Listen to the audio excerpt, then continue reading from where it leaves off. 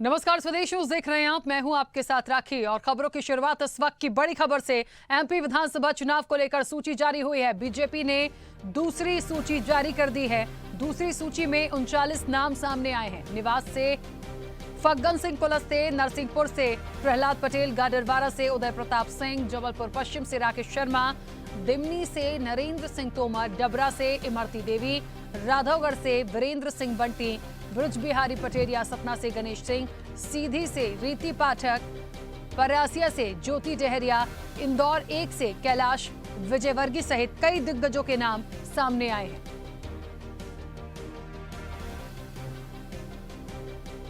तो बीजेपी की दूसरी सूची जारी हुई है आगामी विधानसभा चुनाव के लिए। भारतीय जनता पार्टी ने अपनी दूसरी सूची को जारी कर दिया है, जिसमें से श्योपुर विधानसभा से दुर्गालाल विजय, मुरैना से रघुराज कंसाना, दिमनी से नरेंद्र सिंह तोमर, लाहार से अमरीश शर्मा गुड्डू, भीतरवार से मोहन सिंह राठौर, नरसिंहपुर से प्रहलाद सिंह पटेल, गाडरवारा से उदय प्रताप सिंह, जुन्नारदेव से नथन शाह, छिंदवाड़ा से विवेक बंटी साहू, परासिया से ज्योति डहरिया। इसके साथ ही कई दिग्गजों के नाम सामने आए हैं। आपको बता दें कि केंद्रीय मंत्री और सांसद जो हैं, उनको भी मैदान में उतारा है विधानसभा के चुनाव में भारतीय जनता पार्टी ने।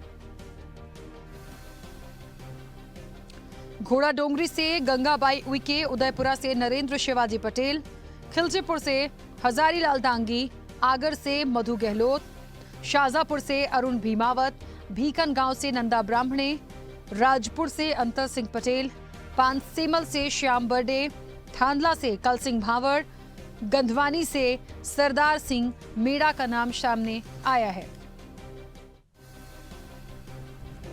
देपालपुर की बात करें तो देपालपुर से मनोज पटेल, इंदौर 1 से कैलाश विजयवर्गीय, नागदा खाचरोद से तेज बहादुर सिंह और सैलाना से संगीता चारेल का नाम सामने आया है।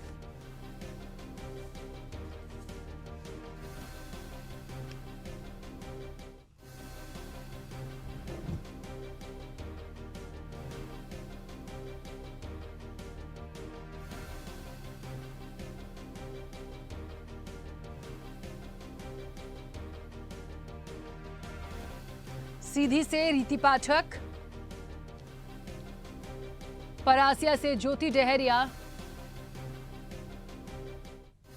इंदौर 1 से कैलाश विजयवर्गीय को मैदान में उतारा है भारतीय जनता पार्टी ने।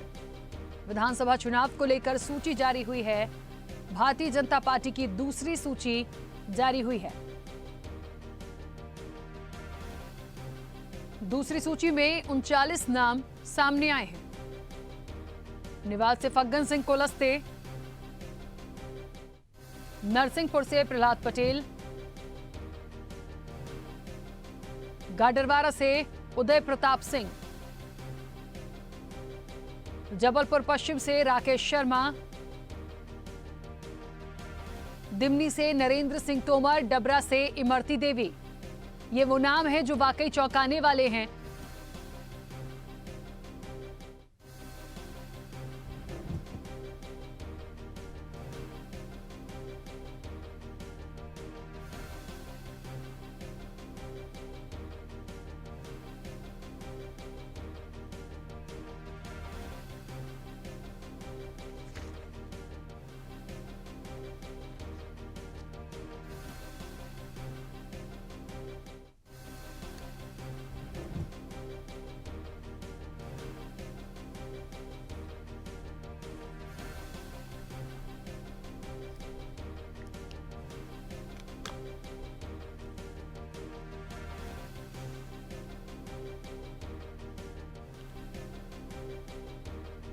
गाडरवारा से उदय प्रताप सिंह, जबलपुर पश्चिम से राकेश सिंह,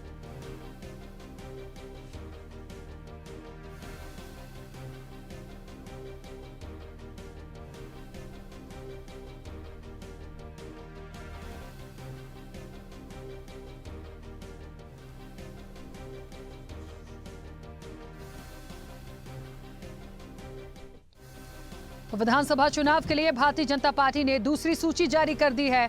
दूसरी सूची में 39 नाम सामने आए हैं। आपको बता दें, कई दिग्गजों के नाम हैं, जो सांसद भी हैं, मिनिस्टर भी हैं। ये कई चौंकाने वाले नाम हैं। क्या स्ट्रेटजी भारतीय जनता पार्टी की इसके पीछे, ये एक बड़ा सवाल भी कहीं ना कहीं उठ रहा है। श्योपुर से दुर्गालाल विजय, मुरैना से रघुराज कंसाना, दिमनी से नरेंद्र सिंह तोमर, लाहौर से अमरीश शर्मा, भीतरवार से मोहन सिंह राठौर, नरसिंहपुर से प्रहलाद सिंह पटेल, गाडरवारा से उदय प्रताप सिंह, जुन्नार देव से नत्थन शाह, छिंदवाड़ा से विवेक बंटी साहू, परासिया से ज्योति डहरिया, घोड़ा डोंगरी से गंगाबाई उइके, उदयपुरा से नरेंद्र शिवाजी पटेल, खिलचीपुर से हजारीलाल दांगी, आगर से मधु गहलोत, शाहजहांपुर से अरुण भीमावत। चलिए, और इस वक्त आपको बता दें कि हमारे साथ स्वदेश न्यूज की एसोसिएट एडिटर मुक्ता पाठक हमारे साथ जुड़ गई हैं। मुक्ता जी, जिस तरीके से दूसरी सूची भारतीय जनता पार्टी की आ गई है और ऐसे में जो नाम सामने आए हैं, खास तौर पर जो सेंट्रल में मिनिस्टर भी हैं, सांसद हैं, उन लोगों के नाम चौंकाने वाले हैं कि उनको विधानसभा में चुनाव में उतारने के पीछे भारतीय जनता पार्टी की क्या एक स्ट्रैटेजी हो सकती है? राखी, सही सवाल है। ये चौंकाने वाला है। लिस्ट 39 नाम का लिस्ट आया है। ये भी वही सीट्स हैं जहां पे बीजेपी पिछले चुनाव में 2018 में हारी थी। तो यहाँ पे बीजेपी की स्ट्रैटेजी ये है कि सांसदों को उन्होंने उतारा है मैदान में, और इसमें 3 केंद्रीय मंत्री भी हैं। इसके पीछे का इनका कारण ये है, बीजेपी का ये है कि सांसद केवल उस विधानसभा क्षेत्र नहीं बल्कि आसपास के भी जो क्षेत्र हैं उसको प्रभावित करेंगे। इसलिए उन्होंने सांसदों को इस बार मैदान में उतारा है। और आप अगर देखेंगी तो इमरती देवी और कंसाना यानी सिंधिया का यहाँ पे कार्ड चला है, तभी इन दोनों के नाम भी, इनके भी नाम को मुहर लगी है। सबसे चौंकाने वाला है कैलाश विजयवर्गीय, जिस पर भाजपा ने एक बार फिर से भरोसा किया है और उनको टिकट दिया है। और इसमें सबसे अहम बात मैं आपको बताना चाहूंगी कि देखिए किन नाम पे मैदान में उतारा गया। कैलाश विजयवर्गीय, नरेंद्र सिंह तोमर, प्रहलाद पटेल, कुलस्ते, ये वो नाम है जो सीएम की रेस में है। जो कांग्रेस लगातार आरोप लगा रही है कि इस बार केवल मुख्यमंत्री शिवराज सिंह चौहान के चेहरे या नाम पे बीजेपी चुनाव नहीं लड़ रही है। नरेंद्र सिंह तोमर और केंद्र से तमाम नेता आ रहे हैं।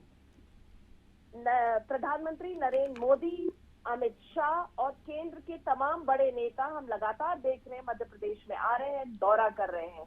और आप इसका भी मतलब आप समझिए कि मैंने जो नाम लिए, कैलाश विजयवर्गीय, नरेंद्र सिंह तोमर, पंकज सिंह कुलस्ते, प्रहलाद पटेल, ये सब सीएम की रेस में इनका नाम लगातार आते रहा है। तो इसके पीछे की भी आप बीजेपी की मंशा हमें समझनी पड़ेगी। लेकिन जो सांसदों को टिकट दिया गया है, 3 केंद्रीय मंत्री को उतारा गया, उसके पीछे का बहुत साफ बीजेपी की स्ट्रैटेजी है कि उनको ये हारी हुई सीट जीतना है। आसपास के जो विधानसभा क्षेत्र हैं उन पे भी बीजेपी का कब्जा बनाना है। और जैसा मैंने कहा कि सिंधिया का जो है जोर चला है, इसीलिए इमरती देवी जो पिछली बार चुनाव हार गई थी उनको फिर से टिकट दिया गया है और कंसाना को भी टिकट मिला है। बिल्कुल मुक्ता जी, यहाँ पर एक बड़ी महत्वपूर्ण बात है, देखिए कांग्रेस और बीजेपी दोनों के लिए। एक तो ये कि जो दूसरी सूची आई है, कांग्रेस से पहले बाजी मारी भारतीय जनता पार्टी ने, जो टिकट जो अपने 39 उम्मीदवारों के नाम घोषित किए।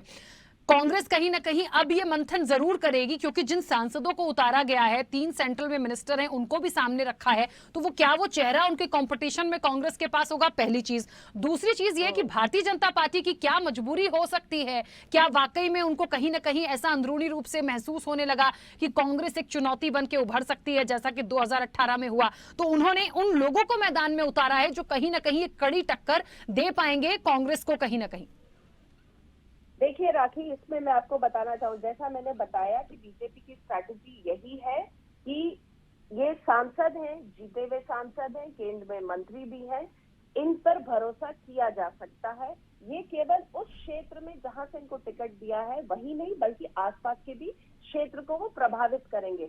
तो पूरी स्ट्रैटेजी है हारी हुई सीट को जीतने की। और दूसरी बात, जो कंपटीशन की आप बात कर रही हैं, तो कांग्रेस जो है, कांग्रेस ने बहुत साफ कर दिया है, वो लगातार कह रही है कि आचार संहिता के बाद ही, जब एक बार चुनाव के डेट्स आ जाएंगे, आचार संहिता लागू हो जाएगी, उसके बाद ही कांग्रेस अपनी लिस्ट जो है वो जारी करेगी। हालांकि कांग्रेस के कई बड़े नेताओं से हमारी बात हुई, तो उन्होंने ये बताया कि हमारी लिस्ट जो है, हमारे उम्मीदवार का चयन हो चुका है, हमारी लिस्ट तैयार है, और उस पे हमने उम्मीदवारों को बता दिया है कि आप अपनी तैयारी रखिए, लेकिन हम पब्लिकली उसको डिक्लेयर जब चुनाव के डेट्स आ जाएंगे उसके बाद ही वो करेंगे। वो कांग्रेस की अपनी एक स्ट्रैटेजी है, बीजेपी की अपनी स्ट्रैटेजी है कि वो उम्मीदवार को पहले से बताना चाह रहे हैं कि आप मेहनत करिए, आप अपने सीट पे मेहनत करिए। इसलिए उन्होंने फर्स्ट लिस्ट जो उनकी आई थी उसमें 39 वो सीट थे जिसपे वो हारे थे। अभी दूसरी सूची, हालांकि ये वाली सूची बहुत पहले आनी थी, लेकिन लगातार चूंकि प्रधानमंत्री नरेंद्र मोदी का दौरा मध्य प्रदेश का हो रहा था, इसलिए ये वाली जो लिस्ट थी, सेकंड लिस्ट चलती जा रही थी, और आज ये लिस्ट अभी जारी हुई है। और इसमें जिस तरह से जो बीजेपी की स्ट्रैटेजी जो मैं बता रही हूँ, लगातार उनका जो है कि वो सांसदों को उतार रहे हैं, और इसमें सबसे चौंकाने वाला नाम जो है कैलाश विजयवर्गीय का है, क्योंकि वो पिछली बार उन्होंने चुनाव नहीं लड़ा था, वो लगातार संगठन में काम कर रहे थे, उन्होंने वेस्ट बंगाल के चुनाव में समय भी उनकी अहम भूमिका रही थी। तो एक बार फिर से वो विधानसभा के मैदान में आए, और जैसा मैंने आपको बताया कि 4 वो नाम इसमें हैं जो सीएम की रेस में है। तो ये भी हमें ध्यान देना पड़ेगा कि बीजेपी ने उन चेहरों को भी विधानसभा चुनाव में इस बार उतारा है। बिल्कुल मुक्ता जी, कांग्रेस के लिए कितना टफ होगा, भले ही वो अपनी सूची बाद में डिक्लेयर करें, भले ही आज कांग्रेस ये कह दे, जैसा कि आपने बताया कि उनके प्रत्याशियों का जो नाम है वो बिल्कुल तैयार है, उन्होंने सूचित भी कर दिया अंदरूनी रूप से कि आप लोग तैयारी करें, लेकिन नरेंद्र सिंह तोमर, प्रहलाद सिंह पटेल, फग्गन सिंह कुलस्ते और जो तमाम लोगों के नाम आए, कैलाश विजयवर्गीय, ये नाम जो डिक्लेयर हुए हैं जिन सीट से, वहां कांग्रेस कौन सा चेहरा रखेगी, ये कांग्रेस के लिए बड़ा एक चुनौती वाला भी होगा और बड़े मंथन वाली बात होगी। बिल्कुल, बहुत सही सवाल आपने कहा है। इससे जो है कांग्रेस को थोड़ा सा समय मिल गया है, क्योंकि ये इतने बड़े चेहरे जो बीजेपी ने उतारा है, उसके बाद कांग्रेस में अब मंथन की बारी है। उनको वाकई में अब ये सोचना पड़ेगा कि इन लोगों के सामने, इन चेहरों के सामने जो भी उम्मीदवार अगर उन्होंने पहले से तय कर रखे, क्योंकि हम लगातार जब भी पूर्व मुख्यमंत्री कमलनाथ से बात होती है तो वो यही कहते हैं कि वो लगातार वो सर्वे कराते आ रहे हैं, और सर्वे में जिसका नाम ऊपर आ रहा है उस पर वो उम्मीद जताएंगे, उनको वो टिकट देंगे। लेकिन अब ये जिस तरह से बड़े नाम बीजेपी ने मैदान में उतारा है, उसके बाद कांग्रेस, वाकई में कांग्रेस को मंथन करना पड़ेगा, विचार करना पड़ेगा, क्योंकि इन चेहरों के सामने वो किस तरह के चेहरे उतारे, कौन से उम्मीदवार पर वो भरोसा करे, क्योंकि डिफिकल्टी कांग्रेस को अब आएगी, क्योंकि ये इतने बड़े नाम हैं, इतने बड़े चेहरे हैं, जीतने वाले उम्मीदवार हैं। तो कांग्रेस को भी मंथन करना पड़ेगा, विचार करना पड़ेगा, और उसके बाद सोच समझकर इनके सामने चेहरों को उतारना पड़ेगा। बिल्कुल मुक्ता जी, एक और छोटा सा सवाल है, थोड़ा सा हम कुछ क्षेत्र वाइज यदि बात कर लें तो सतना से गणेश सिंह, सीधी से रीति पाठक, जबलपुर से राकेश सिंह और गाडरवारा से उदय प्रताप सिंह। मुझे लगता है ये वो नाम अभी मैं खास तौर पर इसलिए ले रही हूं क्योंकि सतना, सीधी, इस तरफ के बेल्ट में हम यदि जाते हैं, मतलब विंध्य की राजनीति की हम बात करें तो कांग्रेस का अपना एक दबदबा हुआ करता था, लेकिन पिछले कुछ समय से हम देख रहे हैं कि बड़ा उनके लिए मुश्किल भरा ये पल है, और ये जो नाम आए हैं इनकी अपनी एक अलग से चीजें चलती आई हैं। तो नहीं लगता कि यहाँ पे भी कांग्रेस को बहुत गंभीरता से मंथन की जरूरत यहाँ भी पड़ेगी?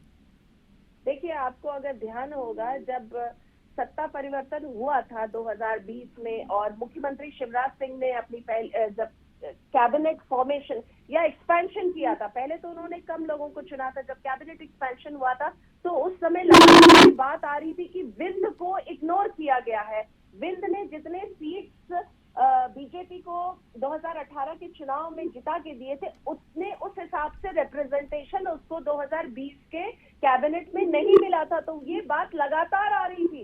विंध्य में बीजेपी का परफॉर्मेंस 2018 में बहुत अच्छा रहा था, और उसी चीज को को काउंटर करने के लिए मध्य प्रदेश विधानसभा के अध्यक्ष की कुर्सी विंध्य से गिरीश गौतम जी को दी गई थी।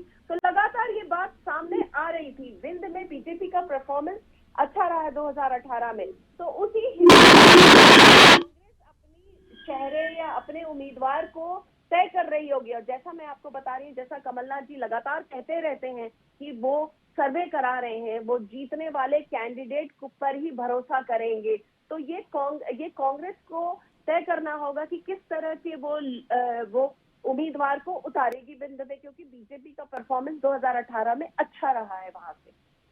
बिल्कुल। चलिए मुक्ता जी, बहुत शुक्रिया पूरी जानकारी के लिए, बातचीत के लिए। तो आपको बता दें कि जिस तरीके से दूसरी सूची जारी हुई है भारतीय जनता पार्टी की, कांग्रेस से कहीं ना कहीं आगे उन्होंने बाजी मारी है, लेकिन कांग्रेस ने अपना स्टैंड बिल्कुल क्लियर किया है कि वो अपनी जो भी सूची है वो बाद में ही जारी करेंगे जब चुनाव की तारीखों का ऐलान हो जाएगा। लेकिन भारतीय जनता पार्टी ने पहली और उसके बाद अब दूसरी सूची को सामने रखा है। दूसरी सूची में 39 नाम सामने आए हैं और उनमें से कुछ नाम ऐसे हैं जो वाकई थोड़े चौंकाने वाले हैं, क्योंकि अपने सांसदों को विधानसभा के लिए उन्होंने उम्मीदवार बनाया है। 3 केंद्रीय मंत्री हैं जिन्हें मैदान में उतारा है भारतीय जनता पार्टी ने, और ये वो नाम और वो चेहरे हैं जो कहीं ना कहीं कांग्रेस के लिए थोड़ी सी मुश्किल बन सकते हैं।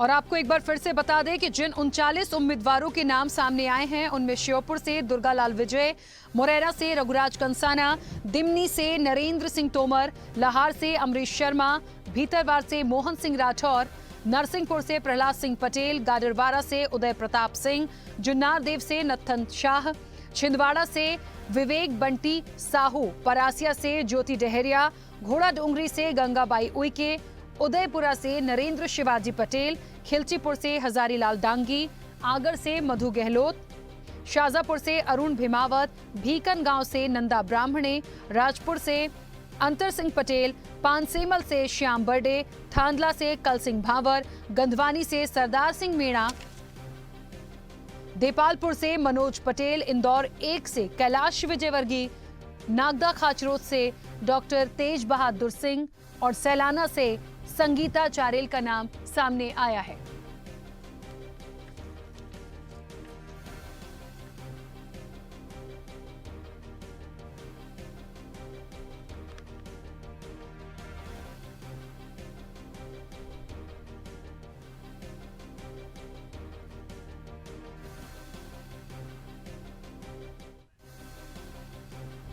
तो मध्य प्रदेश विधानसभा चुनाव के लिए भारतीय जनता पार्टी ने अपनी दूसरी सूची भी जारी कर दी है। दूसरी सूची में 39 नाम सामने आए हैं, जिसमें से 3 केंद्रीय मंत्री और 7 सांसदों को मैदान में भारतीय जनता पार्टी ने उतारा है।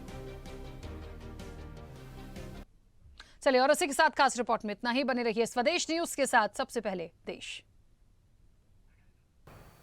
ऐसे ही वीडियोस के लिए लाइक करें, शेयर करें, फॉलो करें। YouTube पर जाकर सब्सक्राइब कर बेल आइकन दबाना ना भूलें और ताजा अपडेट्स के लिए swedeshlive.com पर जरूर जाएं।